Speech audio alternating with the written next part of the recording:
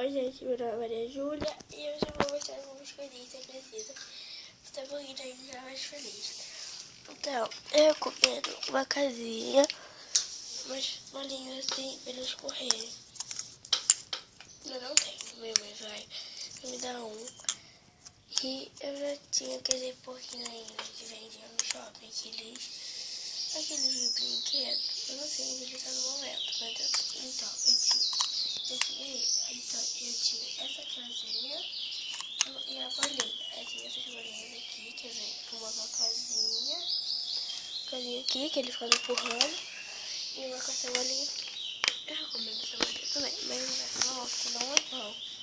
Por causa que ele não tem como respirar aqui dentro. Então, eu tanto recomendo como não recomendo. Eu vou ver primeiro se ele respira, que tem essas coisas. Se ele não respirar, aí eu faço o seguinte.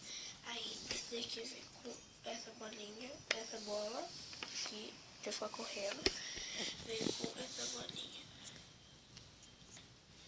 Bom, gente, eu tenho isso por enquanto. E se você encontra no shopping, o canal de brinquedo você encontra. Essas coisas assim, e já você também encontra. Então foi esse. Tchau!